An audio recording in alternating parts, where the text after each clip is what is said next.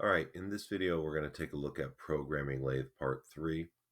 As you can see, I've already set up my stock, I've set up my chuck jaws, and I've completed the facing and the lathe rough operations to remove all this material.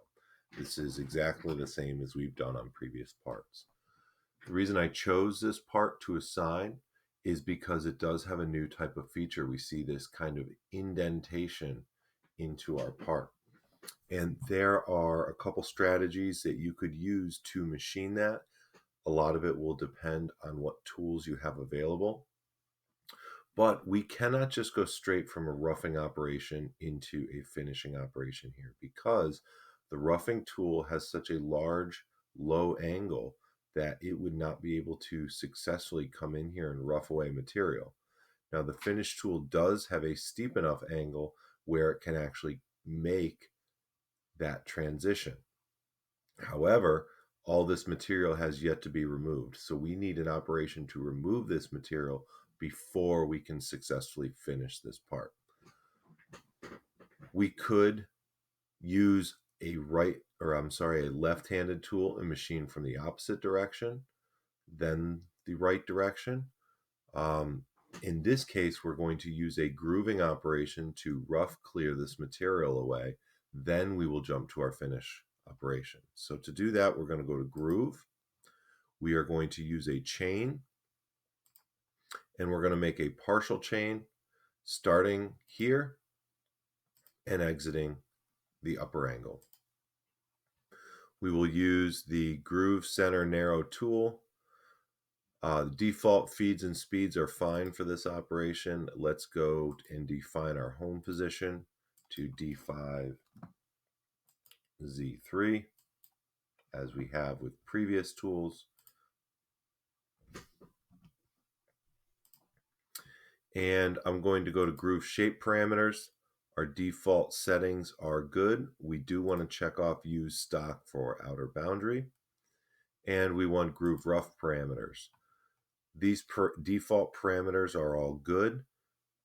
We want to make sure we're leaving about 5 thousandths in X and 5 thousandths in Z. For this particular tool, bidirectional alternating cut direction is acceptable. If you had a one direction tool, you would need to make sure you set that accordingly.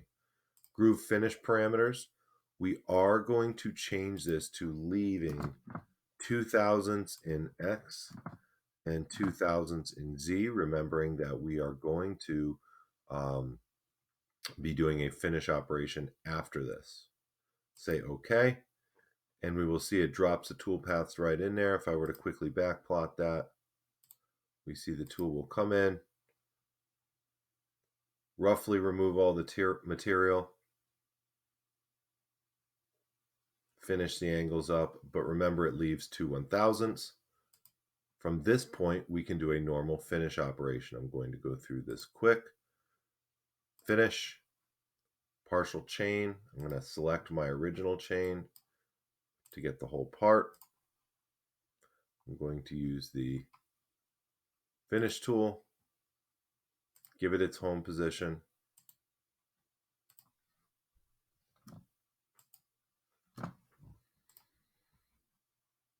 And finish parameters, we're leaving in 0. There is a new change. Lead in, lead out.